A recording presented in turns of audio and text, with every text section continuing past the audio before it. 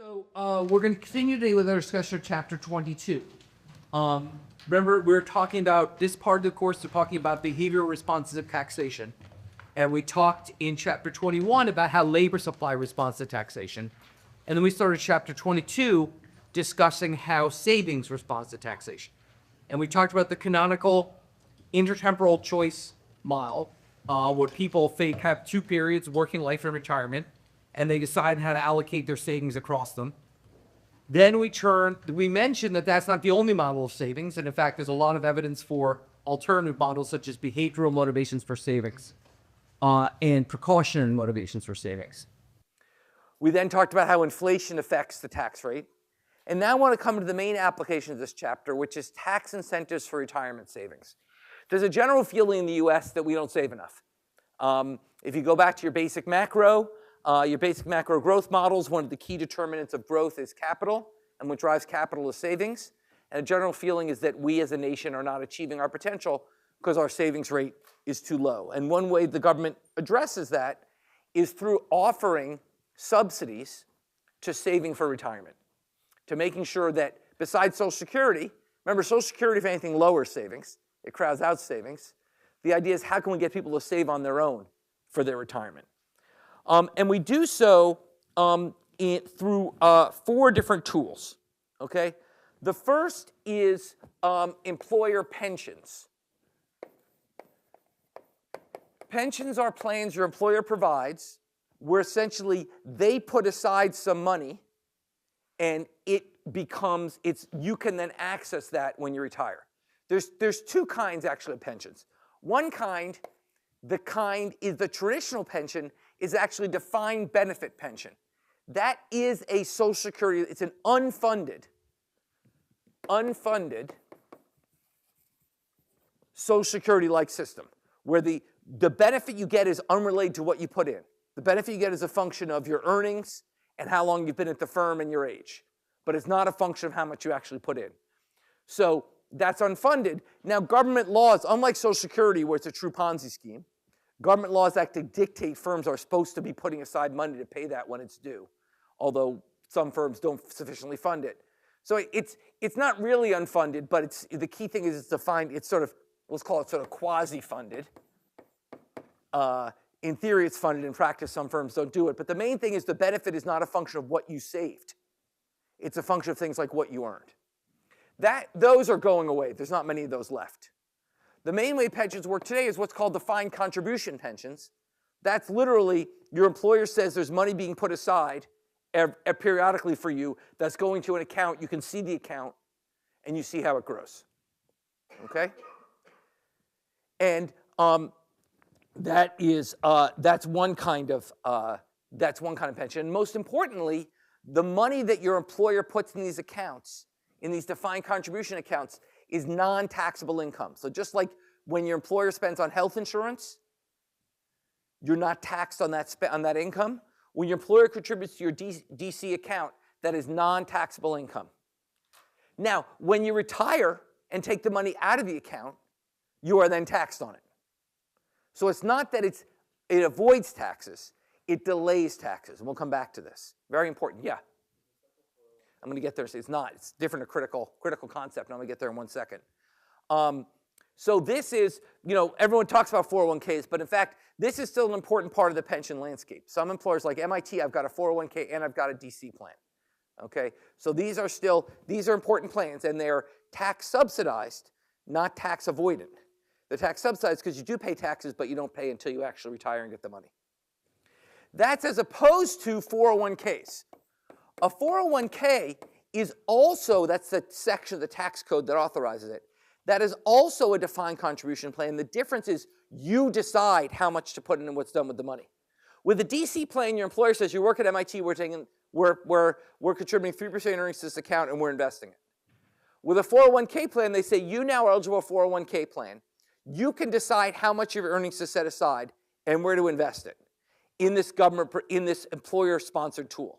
So between a traditional defined contribution, a 401k, is sort of who makes the decisions and who controls the money.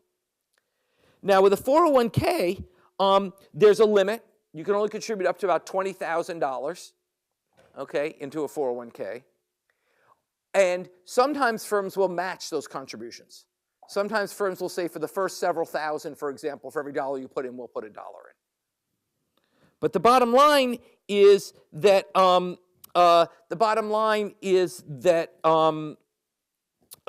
it's a defined contribution plan where you decide how much to contribute and you decide how it's invested. And sometimes employers might match it. Okay? Now, apart from that, there are also what's called individual retirement accounts, not the Irish Republican Army, but the individual retirement accounts, which are recognizing the fact that the majority of workers in America do not have a 401k in their job. Okay, you're all trained. You all know that term. I mean, it's amazing how well it's probably the best known section of the tax code. But in fact, most jobs don't provide a 401k or a pension. So as a result, if your job does not offer that, you can take advantage of what's called an individual retirement account, which is literally the same thing as a 401k, but you literally, it's not your employer doing it, it's you doing it. Yeah?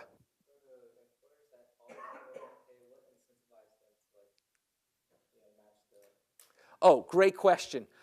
Actually, it's a sub-provision of this section of the tax law, which states that if your 401k does not sufficiently represent your whole workforce, you lose the tax benefit. So basically, the concern is only the rich. If only your rich employees take the 401k, then it doesn't get the tax benefit. It's got to be that a broad cross-section of employees take advantage of it.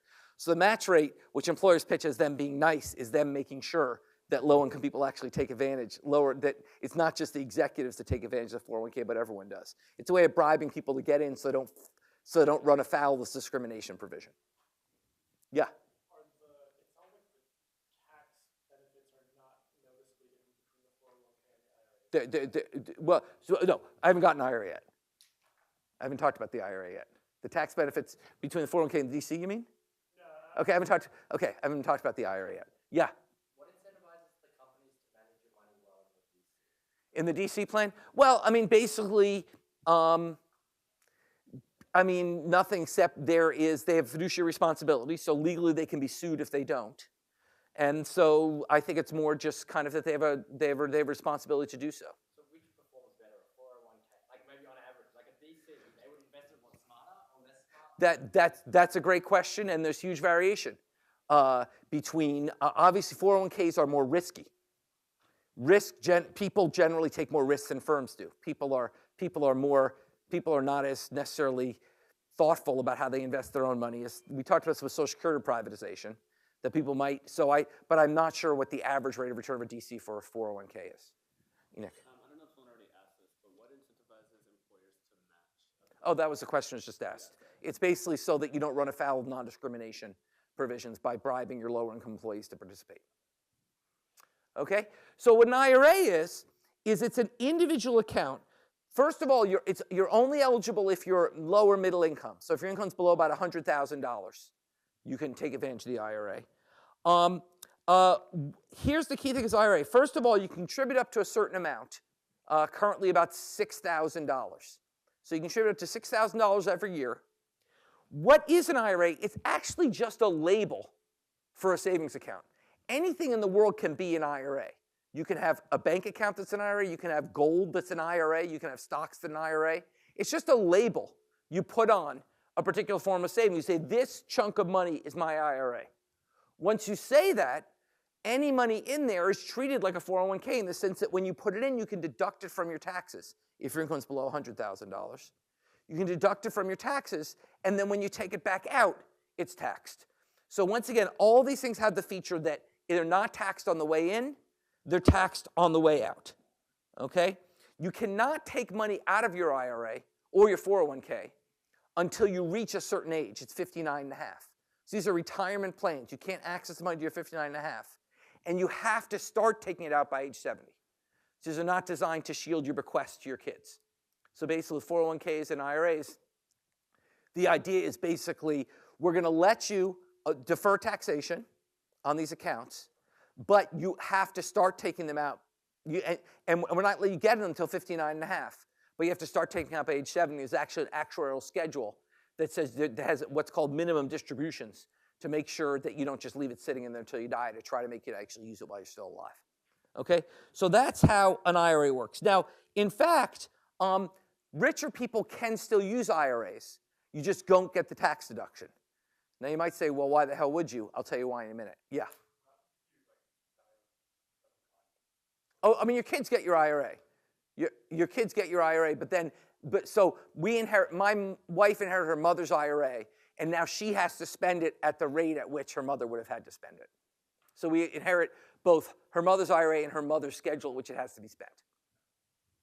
Yeah. Just take it account, do it, they don't track, you could put it into another account. You just have to take it out of that account. Good question. That's a very important question for later in the lecture. Okay? So that's how IRAs work. Finally, the last thing we have is what's called a SEP-IRA, which is for self-employed people. If you're self-employed, it's essentially like it's essentially an IRA that you can pay into out of your self-employment earnings. The reason it's different is the limit here is $57,000 instead of $6,000. So if you're self-employed, you can put up to 25% of your earnings into essentially a 401. It's essentially a 401k, but for a self-employed person. It's just not quite a 401k. It's called a SEP-IRA. It's basically a way to set money aside if you're self-employed in a tax-preferred manner. Yeah. Are the members of the SEP-IRA such that they are essentially equivalent to being a 401k? It's basically a 401k. It's basically a 401k for self-employed people. Okay? Now, here's the key point. With all these things, what I mentioned is you don't avoid taxation. You just delay taxation. So what's the point? What's the value? Well, the value comes from, you guys, you missed table 22 too. Okay. Or maybe you put it in the back. No, 23.1. No, you just missed it. Okay. So I'll write the table on the board. So the value comes from, the tax advantage the value comes from the fact that essentially the present discounted value of money means that taxes paid later are more valuable than taxes paid earlier, or they cost you less than taxes paid earlier. So the key point is that, and there's an example in the book, but I'll just sort of go through it. The point is that if I earn money today, pay taxes on it and save it, then when I take it back out, I'm going to have less than if I earn money today, save it, and then pay taxes on it. Why is that? Well, that's because I earn the money on the amount that would have paid in taxes. I earn interest the amount that would have been paid in taxes. So I earn $100 today, keep 50 and save it. Then I get the interest on 50. If I keep all 100 and save it, I get the interest on 100. And then while I pay taxes, essentially it's who gets to hold the money. If I pay my taxes today, the government gets the money today and gets to earn all the interest on that money forever. If I hold the money in my account, I get to earn the interest. And then I pay taxes later, which is a better deal. Indeed, the rough facts are, if you have an individual retirement account and hold it for 30 years with a 25% tax rate, then if you put the money in a regular bank account and IRA account, you end up with twice as much in the IRA account. Twice as much. Why? Because you got to earn the interest on the taxes the other guy had to pay the whole time. So essentially, the intuition is and that's what's called inside buildup. And that's why, in fact, people will actually use non-deductible IRAs. Like I said, you can have an IRA if you're above $100,000 in income. You just don't get to deduct the initial payment. But you still get to get all the tax you would have paid along the way, you still get to avoid till the end. And that ends up being the bigger part of the savings. So even though you don't get the initial deduction, every year when you earn interest, you don't pay tax on it that year, you pay tax at the end. So you get to get the interest on your taxes you would have paid on your interest. So it's a smaller amount, but it's still beneficial.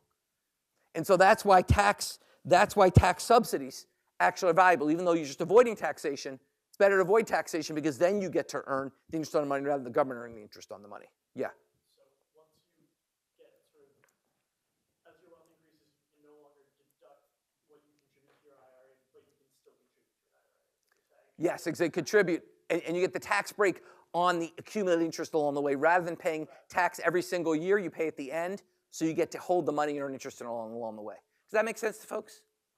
Okay, so that's why this is that's why delaying taxes delayed or taxes avoided.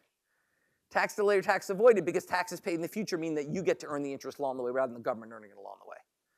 Okay, so this brings us to one of my, I don't know, It's hard to have a number in this day and age. One of my least favorite public servants, the former senator from Delaware, William Roth. Now, why is William Roth one of my least favorite public servants?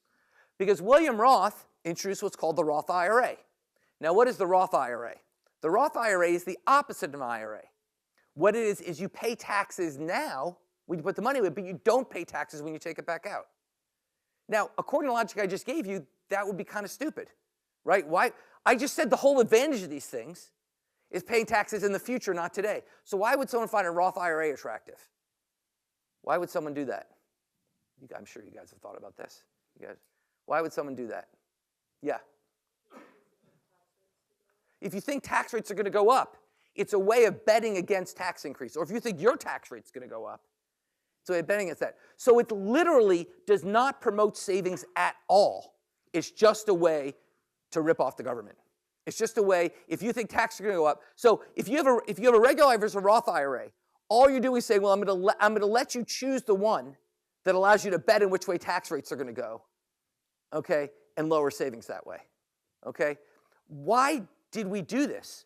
We did this because of the CBO, who I praise generally, but here's the problem. The CBO scores revenues has budget scoring over a 10-year period. When Roth was done, it was a 5-year period. Now it's 10 years. Let's say I want to promote savings by introducing an IRA. How's that going to look? That's going to look like a big tax loss now, because I'm giving you a tax break, and a tax increase in 30 years when you retire. What about a Roth IRA? That looks like a big tax increase now and a tax loss 30 years from now. Well, if I'm balancing a 10-year budget, what do I care about? I care about now. So by introducing the Roth IRA, it was simply a shenanigan to give people tax breaks without looking like it was costing the government money. So what the Roth IRA did was by saying we're still letting people save for retirement by letting them pay the taxes up front. We're not actually saving the government money. We're actually costing the government money if tax rates are going to go up. But it looks like in the first 10 years we're making money. Okay? Indeed, it's worse than that. Okay? President Bush wanted to cut the tax rate, President Bush too, George W. Bush, wanted to cut tax rates on capital income. I'll talk about that later today or next lecture. But he didn't have the money. So what he did is he boosted the incentives for Roth IRAs. When he boosted the incentives, people started putting more money into them, which meant more taxes now, less taxes later, and it looked like he'd created revenue. So he paid for a tax cut with a tax cut. He paid for a tax cut today by getting people to put more money in his Roth IRA today. So the reason I'm very upset about this, you can tell, is it's not materially adding value to the savings decision in America. It's just a shenanigan to leverage people bet on which way tax rates are going to go and to avoid the consequences of cutting taxes, of these tax subsidies. So, lecture over, but that's kind of why I'm not a fan of it. I mean, I have a Roth IRA, sure. I mean, Karl Marx, when asked why he lives in a nice house, said, when the proletariat takes over, I'll move. But the bottom line is, it's not a very good deal for the government. Okay, now, how do these subsidized retirement accounts impact savings decisions? Well, let's go back to our standard intertemporal choice model, and let's go to figure 22.3. Now, you remember, in the original figure, we had a budget constraint without taxes, and the slope was 1 plus R. Then we had a budget constraint with taxes, and that's now the lower budget constraint in this diagram, 1 plus R times 1 minus tau. That was the budget constraint with taxes. So let's say with taxes, you're at point A. Okay, that's your after-tax decision. Now, what is a retirement account doing? It is lowering your effective capital tax rate, but it's not taking it to 0. Remember, we're delaying taxes. We're not getting rid of them.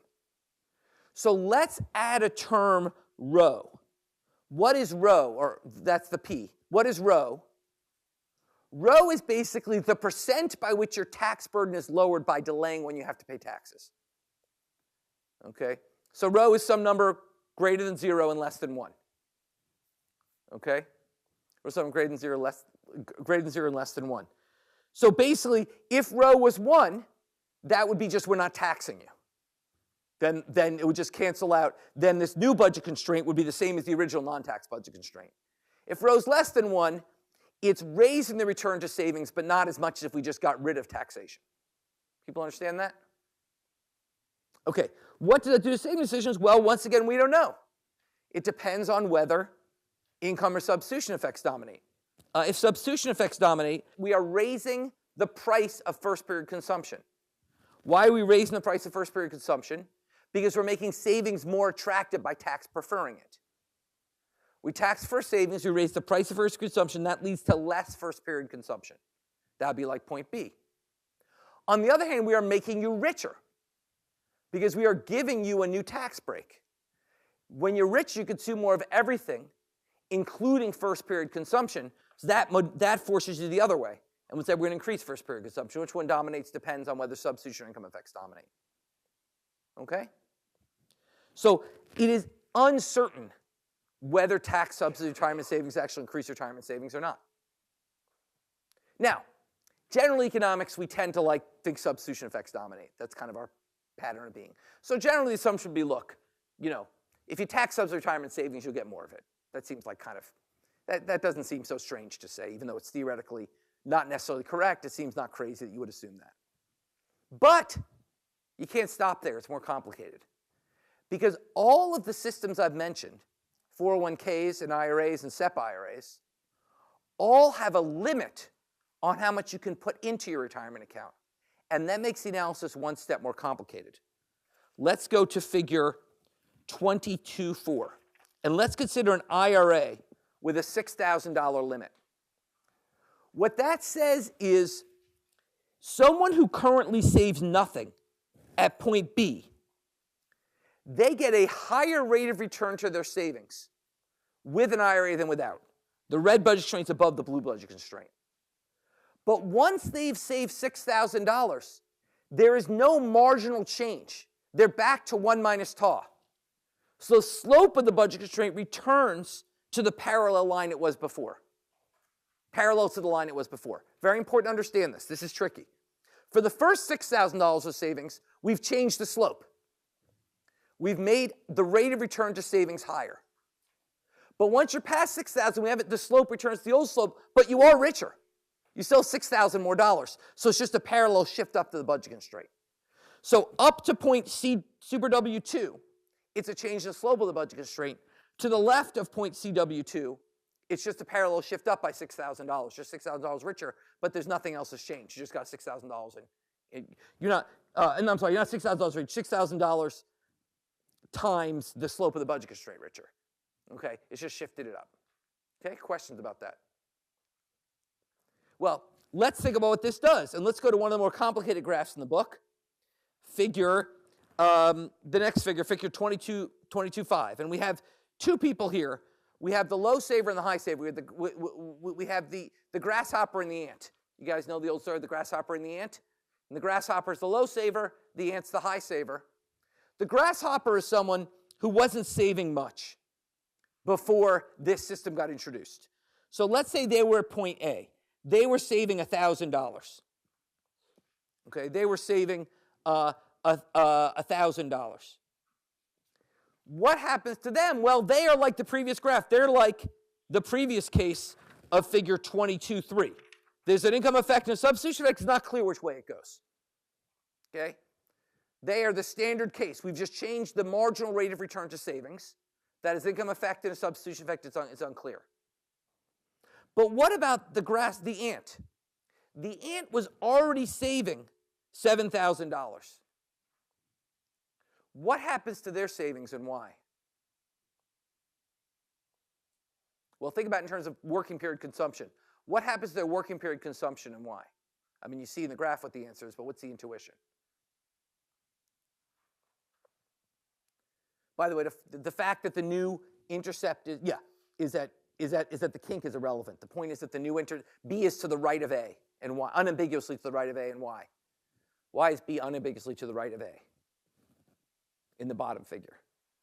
Well, it's just basic substitution and income effects, guys. What's going on? For a person like the person in panel B, what's going on?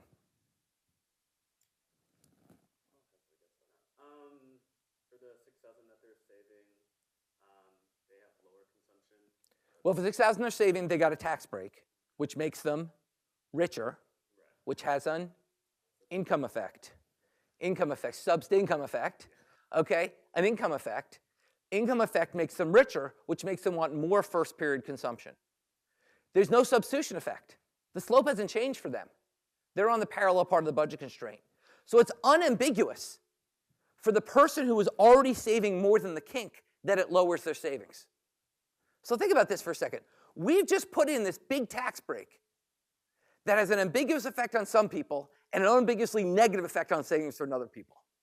So it's actually pretty ambiguous that it's going to increase US savings, right? So think about it in terms of the marginal, inframarginal. The inframarginal is we have taken this person, we've taken the ant and given them a bunch of money. The question is, are we getting more savings out of it? Well, from ant, we're certainly getting less. And for grasshopper, it's not clear. Okay? So the marginal effect could be 0 or even negative. We might be spending a bunch of money and getting less savings. Okay? Do people understand that? That is not at all obvious that putting in a tax break, first of all, the tax break itself is not obvious, substitution income effects. Then you add the cap, and that makes it even less obvious. Okay? What's going on with the ant? What's actually happening here? What's happening here is, since they were, remember, what is an IRA? It's just a label on an account. So what Mr. Ant in the second graph is doing is saying, I already got $7,000 in my tax savings account. I'm just going to slap the label IRA on that. Simply by slapping the label, I've made money. I was going to save it anyway.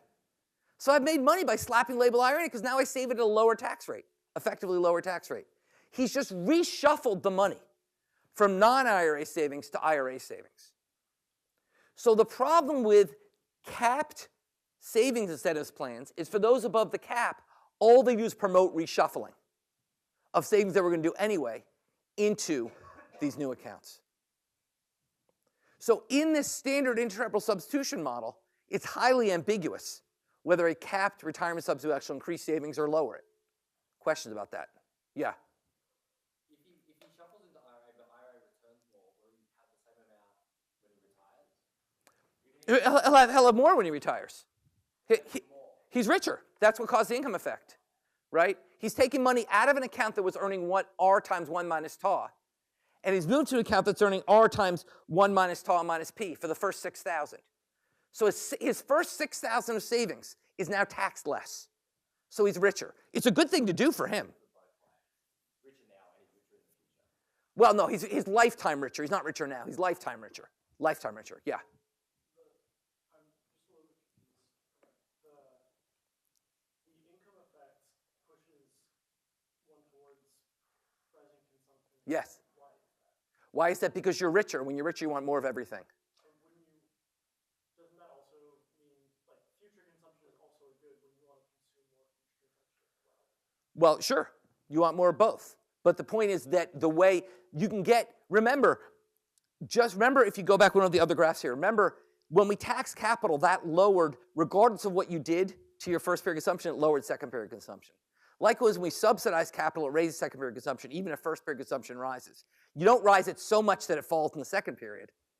But the point is, I have now made you richer.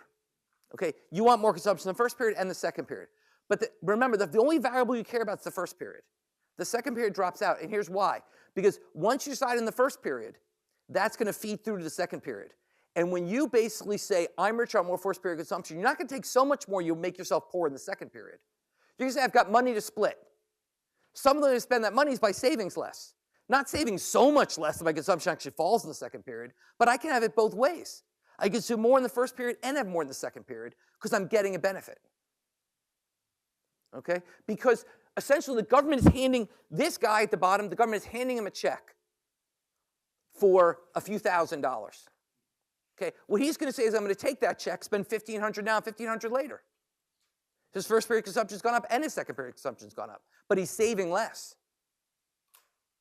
Is there, that leaves open the possibility of saving 0 more though, right?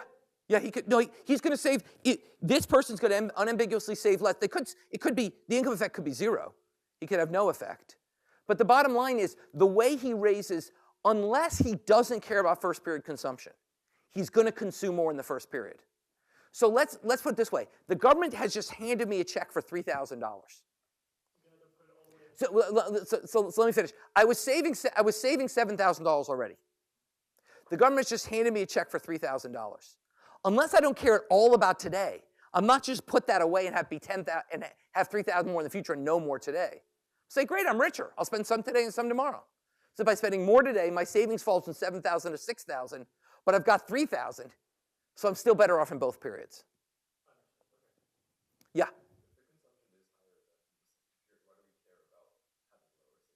Oh, why do we care about lower savings? Because ultimately, what was the whole motivation?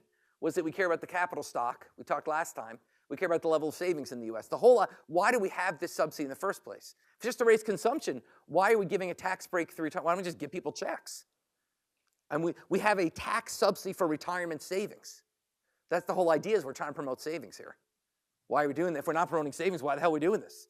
We're spending a ton of money on this. Just give the guys checks. Think about it once again in terms of the inframarginal margin effect of a tax break. I'm giving away government tax revenues by giving me this tax break. If I'm not promoting savings, why the hell am I doing that? I got to ask, I mean, maybe I'm doing it because I like this way of giving people money, but you at least ought to evaluate against other things I could do with the government money. Does that make sense? Yeah, it's a good question. Keep asking questions. It's clearly hard. So if it's not clear, keep asking. Yeah. So like for the high saver person, you're paying them for doing something that they're already doing. Yes, that's the inframarginal effect. And then they're richer off. Then they're richer off, and because you're doing that, they're then saving less. So it's like a double whammy. You're paying them for something they're already doing, so it's cost you government revenue.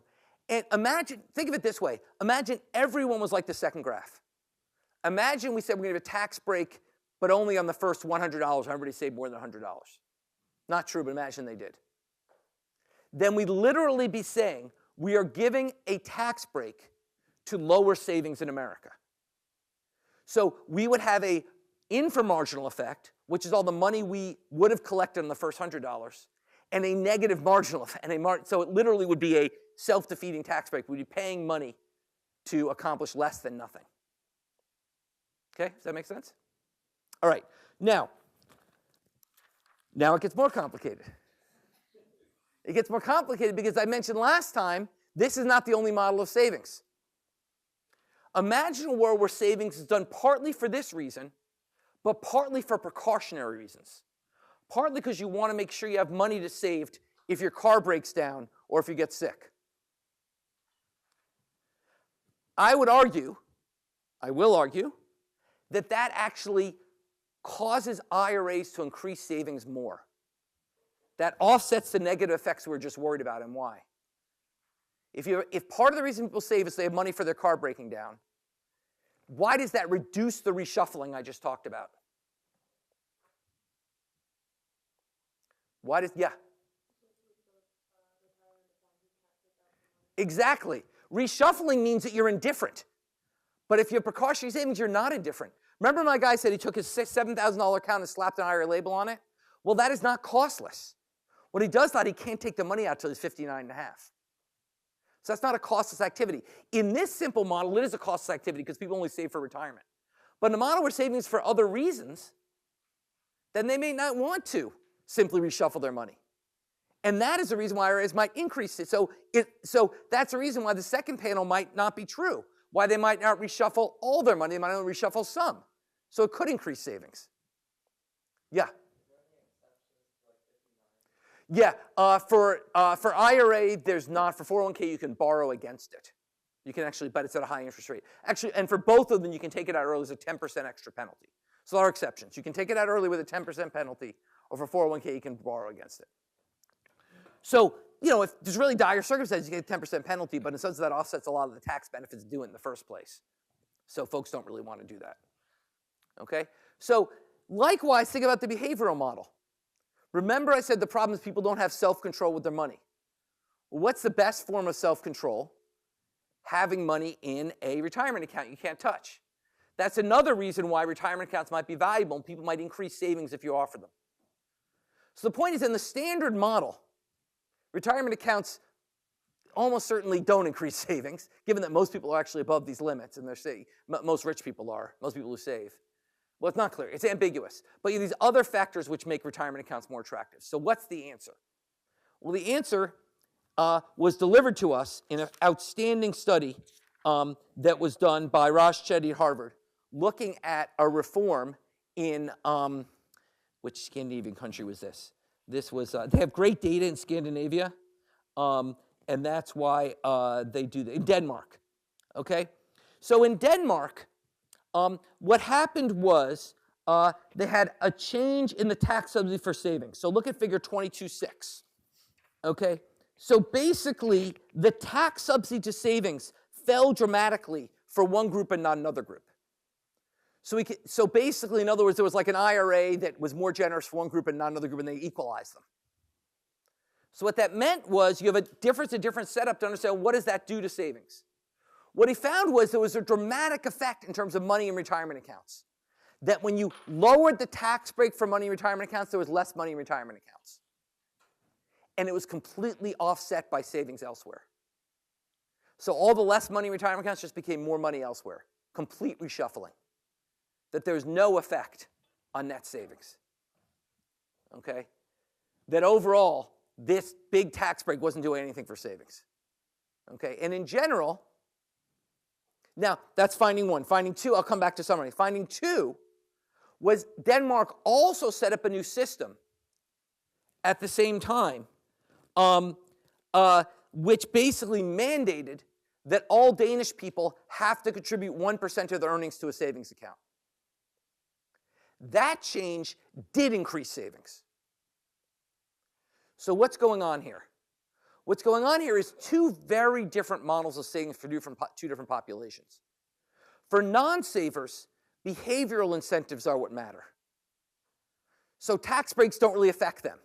They're not really paying attention to tax breaks. But if you say you have to save or you make other behavioral interventions, they save. For high savers, they pay attention to tax rates, and they're just willing to reshuffle. So in some sense, the problem with tax subsidy retirement savings is for the non-savers, they don't make much of a difference because non-savers don't really pay attention to them. For savers, they just cause reshuffling. Okay? So at the end of the day, it's a very negative study, a very negative piece of evidence for tax breaks to retirement savings. The tax break to retirement savings largely seem to serve to relabel and not to really increase national savings. The real increase in national savings comes from things we do to actually get people who wouldn't participate to participate in the system. Stuff like mandated savings. Stuff like, for example, one of the most famous studies ever in behavioral economics, a study that was done by Bridget Madrian, where she looked at what happened when firms changed the way people signed up for 401ks. It used to be when you got to the firm, they gave you a form and like, do you want health insurance, yes or no? Do you want a 401k, yes or no? And no young workers would choose 401ks because they wanted to go party. Okay? They then changed the form quite simply. They simply changed it to, if you don't want an IRA, a 401k, check here. Rather than if you do want a 401k, check here. If you don't want a 401k, check here. Now, in any standard model, that should make no difference. It raised enrollment rates from 25% to 80% among young workers. Think about that for a second. That's profound. And it massively increased their savings.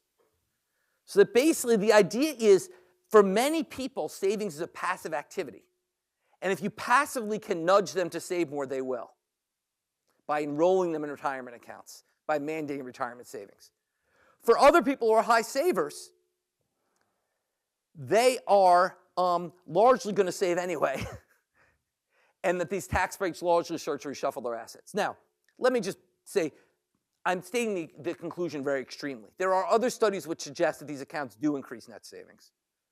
But I would say that the totality of the evidence suggests that there's not a whole lot of increase in savings coming from the tax break part. Most of it comes from the part of getting people to put money in forms they can't access, and so it increases their savings. Okay? Questions about that? Yeah. Do you think that it would be possible for Americans to mandate savings? We do. Well, actually, there are some states have started introducing what's called auto IRAs, which is basically it's a way for firm. It's not a national mandate, but it's a state level plan for firms that can sign up. So it's basically more efficient. But actually mandating savings, and we do that with Social Security effectively, but I think that's going to be very challenging. But in some sense, if you think about the money we spend on tax breaks every year, if we just took that money and instead said we're going to distribute that money and just put it into people's accounts if they're, because the bottom line is the fundamental fact about savings is most people don't save. Most savings is done by a very small number of very rich people. So when you subsidize savings, you're actually going after the people who you actually are sort of the wrong set of people to go after. They're people who save a lot anyway. And that's why the Chetty study found that when you gave this bigger tax break, this smaller tax break didn't really change savings, because those folks save anyway. So you really have two populations, the non-savers and the savers. For the non-savers, what really matters is behavioral incentives and getting them to save. For the savers, they're going to save no matter what. Yeah. Do you think it would make sense to have a policy where you like, the government says, okay, we're going to top everyone up to some baseline amount of savings contribution. The people who are going to save anyway, they are planning on saving a lot. Right. They won't get any of that. People who wouldn't save at all, they just get that basically straight from the government. I mean, in some sense, that's what privatized Social Security would be. Privatized Social Security would be instead of your taxes going to pay tomorrow's workers, your taxes are going to account that you would get, and we'd mandate you do it. That would be a national mandate. Privatized Social Security would be national mandatory savings. That'd be some floor you could save on top of it if you wanted.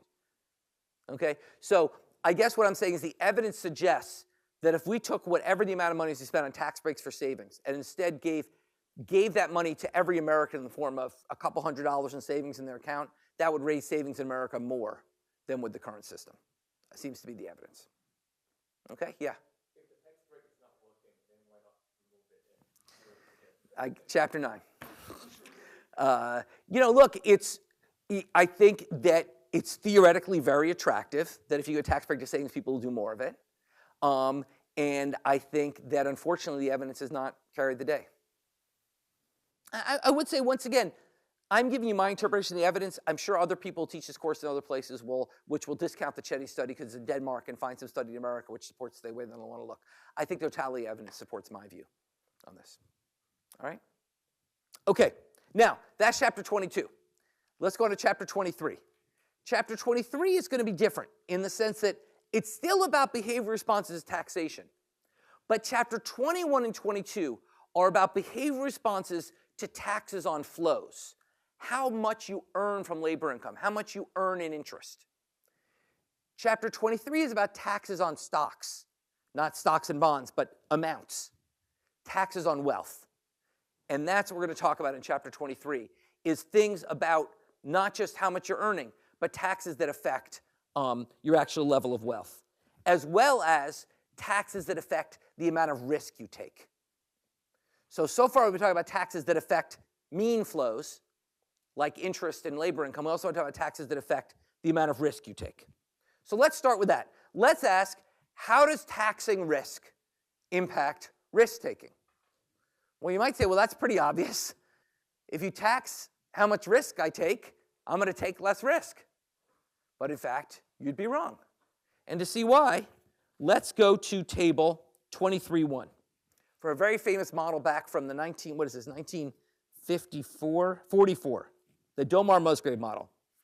They said, imagine a world where we have an investment that could pay, there's a bet you could take where you invest $100. If you win, you earn 20. If you lose 20. Okay?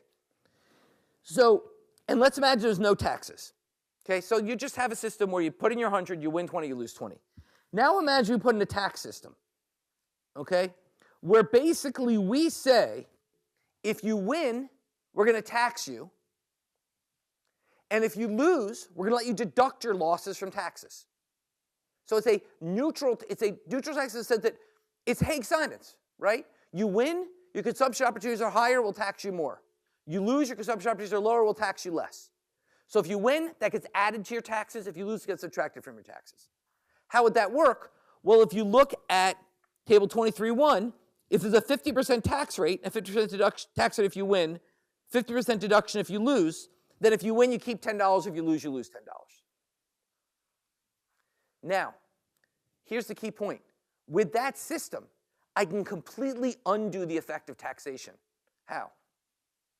Remember, individuals will always, if you're at an equilibrium and you can undo government efforts to move you from that equilibrium, you always will. You're happy there. I claim you can get back to exactly where you were. And how do you do that? How do you get back to exactly where you were in the first row? Yeah. Just double your bet. If you double your bet, then it's win 40, lose 40, which after taxes, win 20, lose 20, so you're back to where you were. So literally, you can completely offset government taxation. Why? Because the government's a silent partner. The government's just saying, I'm a partner, I'm taking half of what you got. So what does this say taxes do? Taxes raise risk-taking. Higher taxes cause more taking of risks. Because taxes essentially are the government grabbing a piece of your pie, so you just want a bigger pie, so you end up with the same size piece. So it's the opposite of the standard intuition. The taxing risk actually causes more risk-taking. Okay? Now, that is, of course, not a description of the world. It's a description, simple worlds that have existed, but not in reality. And in reality, there's two complications. The first is we don't let people fully offset their losses. And the reason is because we're basically worried about tax shenanigans. Worried people are going to figure out some way to create all these massive paper losses and cost the government a ton of money.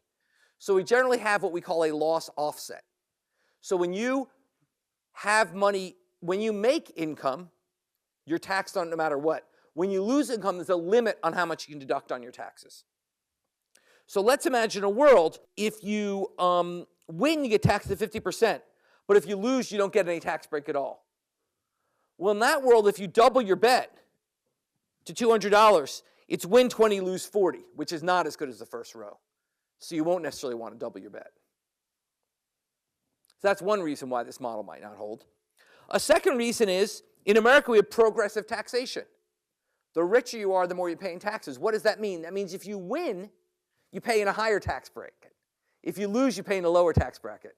That will also have an effect. So for example, let's imagine double my bet, but let's imagine a tax rate if I win is 75%. The tax rate if I lose is 50%. Well, then now win is 15 and lose is minus 20. Once again, it's not the same. So complications make this simple model more difficult. But the bottom line is your basic intuition, which is if I tax risk, there'll be less of it, is not obviously right. Because when the government comes in as a silent partner, there's this other effect, which is you want to increase your risk-taking to offset the government taking its share. Okay? That's the standard model. And essentially, that is kind of our starting point for thinking about taxation and risk-taking. Well, what do we know? What's the actual evidence? Well, the evidence here sucks. And we really don't know the answer, actually, to this question. We do not have a good answer about, in general, how government taxation of risk impacts risk-taking. We don't have a good answer. Now, we do have certain applications which give us some answers, and the most important application is to what's called capital gains taxation. This is something someone mentioned before. Capital gains taxation is the tax you pay on an increased value of your assets.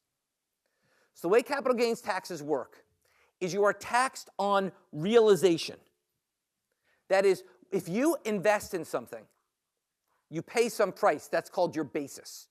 So let's say you buy, let's say in this example, you buy a painting for $100. That's your basis. When you sell it, that's your sales price. You are taxed on the difference between the sales price and the basis. The fact it got more valuable along the way is irrelevant. A bank account is taxed on accrual. Every year when you earn interest, you're taxed on it. A capital gains is taxed on realization. You're only taxed when you sell it. So for example, if you, let's say you had a painting that you bought for $100, increased in value by 10% per year. So after 7 years, the painting is worth $195. Okay? And let's say the capital gains tax rate is 20%. So you have a $95 capital gain. The painting's gone from $100 to $195. It's a 20% capital gains tax rate, so you pay $19 in taxes. Let's say instead, you pay 19. So at the end of the day, you're 95 minus 19, you have $76. If instead you'd put that same $100 into a bank account, and at the same 10% rate of interest, but had to pay taxes every year, you'd only have $71. Why? Because by delaying paying taxes, you're better off. The capital gains allows you to delay the taxes till the end. The money in the bank, you pay taxes every time. And that tax money you pay gets taken out and the government earns interest on it, you don't. Okay? So taxation on realization is an implicit tax break. By tax you only when you sell it, as opposed to along the way, you get an implicit tax break. Okay, because we delay when you pay the taxes. Okay, why do we do this? In principle, we don't have to. In principle, we could have what's called a mark-to-market tax system, which is every period I'm going to look at your asset, I'm going to currently value it, and tax you on the delta between what you paid for it, between the last period value and this period's value. So for stocks, it'd be easy. I bought a stock for 100. 1 year later, I haven't sold it, but the stock's worth 110. I tax you on 10. It's easy. The problem is it's not so easy for paintings. You'd have to literally go in and every year for every painting, reevaluate it. Be a nightmare. So the problem is for non-liquid assets, in particular, much of capital gains are on privately held businesses. It'd be very hard to every year value those businesses. It'd be an enormous undertaking. So that's why we don't actually do mark-to-market. There's some interesting proposals of ways to get around that are quite thought-provoking. Like, for example, you could, at the end, when you tax them, you could sort of tax them higher to make up for the inside buildup. There's things you could do. But literal mark-to-market is very, very hard to pull off. Not impossible, but hard. So that's why, in some sense, we kind of just are stuck with taxing on realization. So basically, we're stuck with the capital gains tax rate being effectively lower than the tax rate on, say, bank interest. Okay? Despite that, we have additional subsidies to capital gains taxation. First of all, we have the step up in basis at death. What is that? That complicated thing is just the following. Let's say I have a painting that I bought for $100 and is worth $1 million. If I sell it the day before I die, I pay capital gains tax on $1 million minus 100. If I leave it to my kid and they sell it the next day for $1,001, they pay tax on $1. Because the basis gets reset to what it was worth when I left it to them. So when I die and leave it to my kids, the books get wiped clean and they reset the basis to what it was worth when my kids got it. That's a huge subsidy. That means effectively I can avoid capital gains taxation by dying. Okay? So that's an additional subsidy. More relevant. It's a funny way to say it, but more relevant, the point is, if you hold your capital gains, you're never taxed on them. Now, there's a state tax situation. We'll come to that next time. But for the capital gains piece, you're never taxed on it. So that's another subsidy. Yeah? This guy, what is up with this guy? He's getting divorced. He's faking his death. I don't know. Presumably, if you get away with it, your kids that avoid capital gains taxation, they can send you checks in Turks and Caicos, wherever you're hanging out.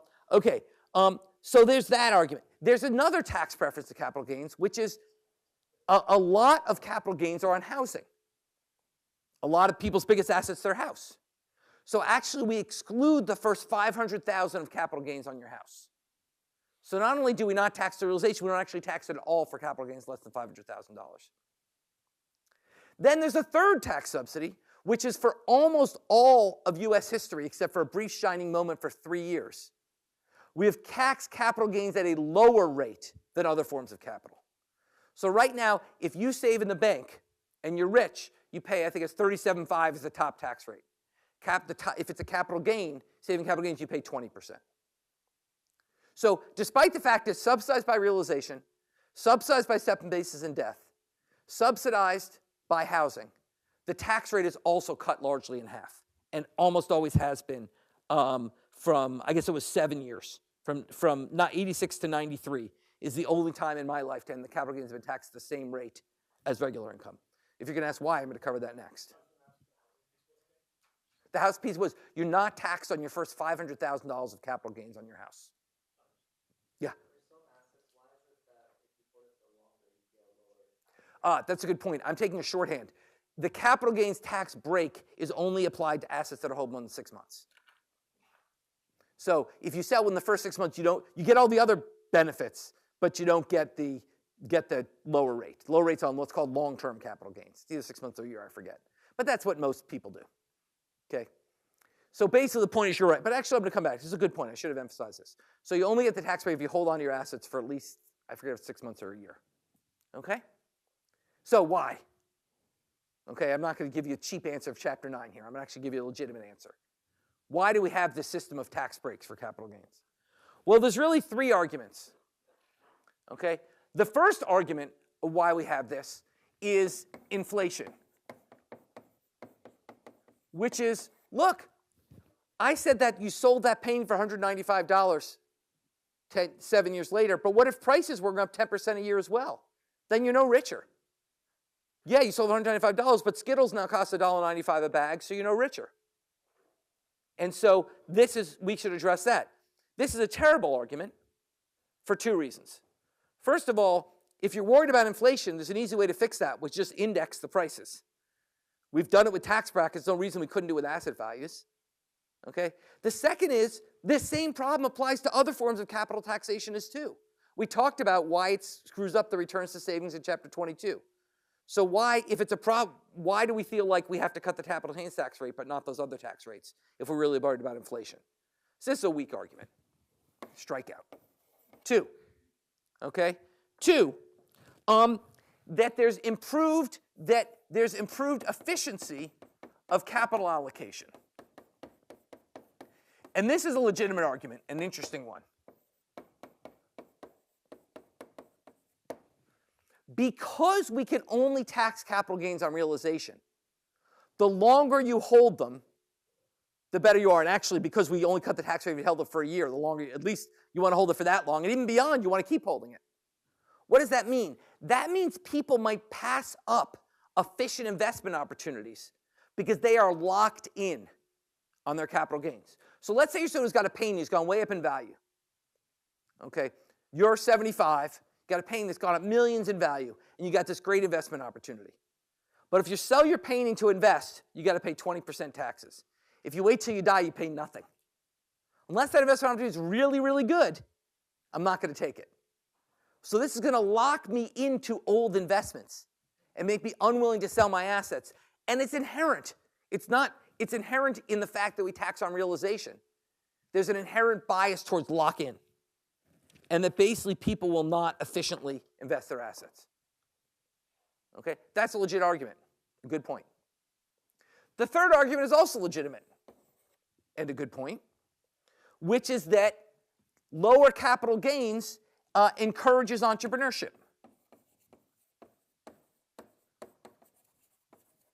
That basically, if you think about what's the tax rate you care about when you're starting a company, a tech company, it's ultimately you want to get rich. It's not the money you're going to make. In fact, these companies make no money, right? Tesla's still negative profit or maybe marginally positive, okay? It's the money you make when your stock goes through the roof and you sell it, and then you're super rich. Well, the relevant tax rate then is capital gains. So the idea is we're going to encourage entrepreneurship by having a lower capital gains tax rate, okay? But this is actually a fairly weak argument for three reasons. First of all, as I just showed you 10 minutes ago, it's not clear it works. A lower tax rate may or may not encourage risk-taking. It's ambiguous. So that's the first problem. The second problem, only a tiny fraction of capital gains actually go to entrepreneurs. Venture capital is 1% of all capital in America. Okay? More generally, only about 10% of venture capital investments are actually affected. Venture capital investors actually pay taxes. Most are pensions and other tax-exempt organizations. So by cutting the taxes, VC is a tiny part of capital, and most people who invest in VC don't pay those taxes anyway. So it's not clear encouraging investment for that reason. And then finally, there's the very important point, which is like the inframarginal point on steroids.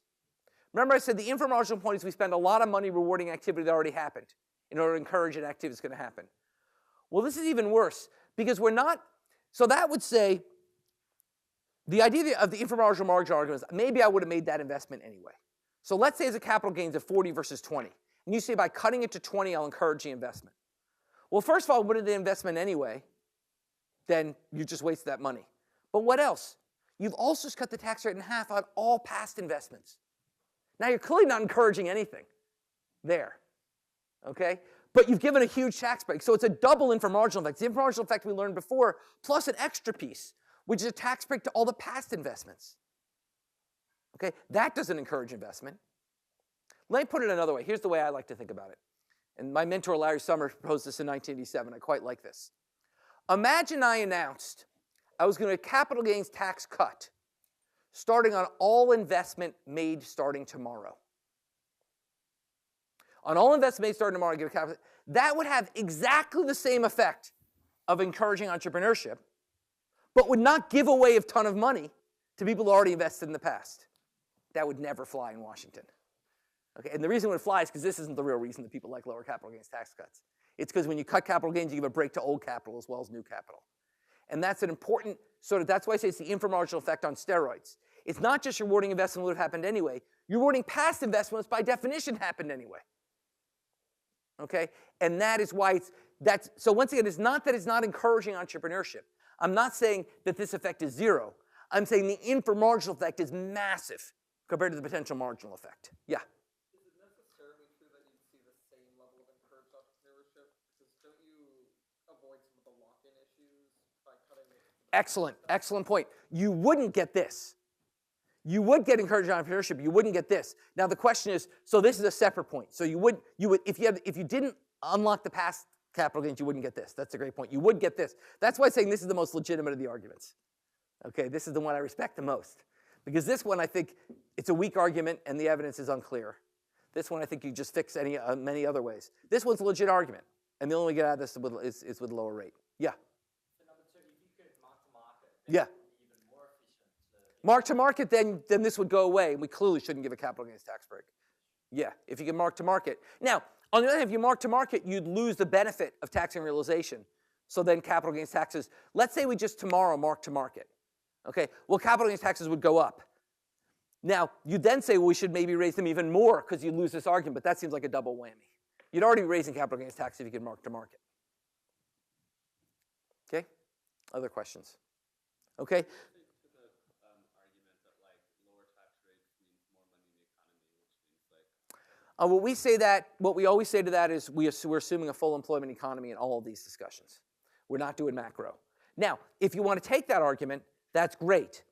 But let's talk, that's a great segue to why not prefer capital gains taxation.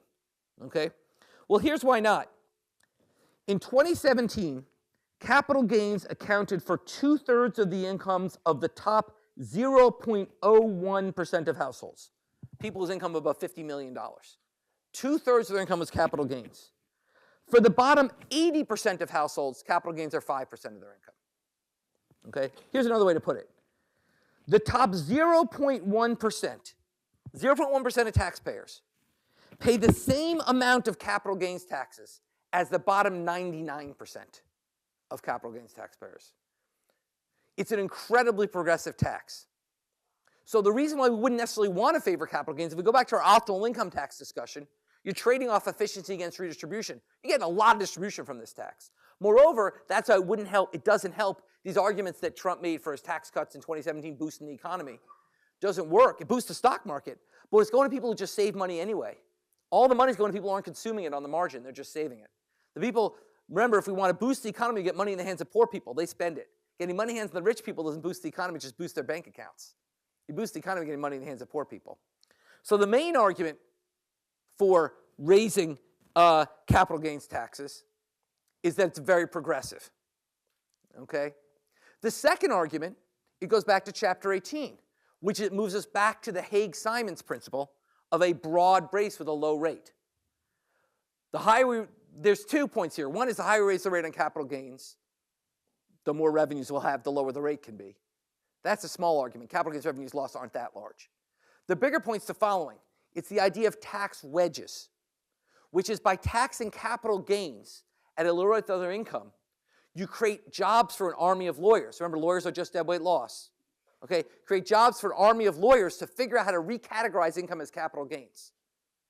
Therefore, creating deadweight loss to just cost the government tax revenues by shifting money into this other form. If all income was taxed the same, none of those lawyers would have jobs, so you wouldn't be wasting that money. They'd go to something productive like be doctors or something. Okay? And at the same time, you'd raise more money. So it's the Haig-Simons argument as well. Okay? So under both efficiency, okay, and moreover, there's another version of that argument. The point is that basically if you're thinking of investing, we want you to invest in the asset that yields the highest return, not the one which yields the highest tax break. By taxing all asset income equally, we maximize the effect, we basically maximize the incentive to effect in the highest returning asset, not the one that yields the highest tax break. Okay? And so those are strong arguments. Indeed, now, to be fair, I like to own where I'm outside the mainstream. I'm outside the mainstream on this. Okay? Most economists think that having lower capital gains tax rates is a good idea. Indeed, most countries do. Actually, even these liberal lefty countries in Europe have much higher tax rates on labor income than we do. They actually have very low tax rates on capital income. Almost every major country has a tax preference for capital gains. So clearly this is in the water. Clearly there's a feeling that we can encourage risk-taking by lowering capital gains tax rates. There's no evidence to that effect. Now, I'm not saying there's evidence to the contrary. It just hasn't really been well studied. What we can do is we can ask, what is the elasticity of capital gains with respect to the tax rate? That is, we can ask, are we on the wrong side of the Laffer curve? If raising capital gains taxes by 1% means we lose tax revenues. So the main argument people will make, people often rely on the lock-in argument. They'll say, well, look, if we raise tax on capital gains, people will never sell their assets.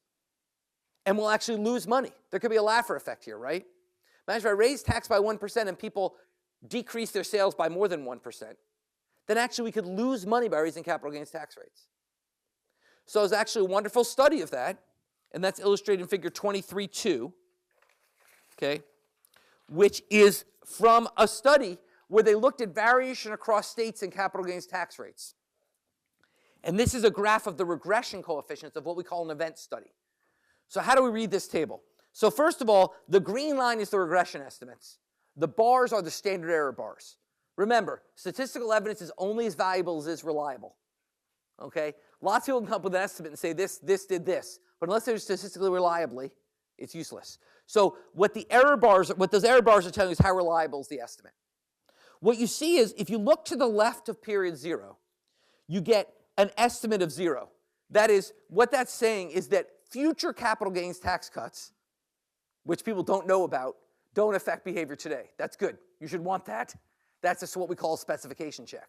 If that was not 0, you'd worry that people that these capital gains cuts were, for example, responding to other things that were in the economy. This says they're effectively random. Then you see the minute they cut capital gains tax rates, capital gains realizations do go up. What that says is some combination of new entrepreneurial activity and the lock-in effect exists. We can't tell which it is. We know more capital gains are realized and the capital gains tax rate goes up. We don't know, is that because people sold assets they were just holding on to, or they actually made new investments and took new risks. That's the piece we haven't really separated. But the important thing is the elasticity here is well below 1. The elasticity is around minus 0.4, which says that we could raise a lot more revenues by taxing capital gains. We're well on the right side of the Laffer curve. In other words, this says that we could basically raise capital gains tax rate from its current level of 20% to something like 50% and still raise money. Now, the goal with taxation is not to just raise money. You want to have an optimal tax. But remember what terms an optimal tax. It's the benefits of redistribution against the costs of lost revenues. Well, here, the cost of lost revenue says that we can have a much higher tax rates, and the benefit is huge. So their argument would say there's not a lot of argument for taxing capital gains less than other income. You favor super rich people, which is not the goal of the tax system, and you actually lose money. That you can make money. In other words, if you tax capital gains more highly, you collect more tax revenues from a wealthier segment of the population. Okay? Now, once again, what's the bottom line efficiency? That depends on a question we still have an answer, which is how much is discouraging entrepreneurial activity as opposed to just undoing the lock-in. But the evidence, there's at least no strong evidence it is encouraging a lot of entrepreneurial activity. Okay?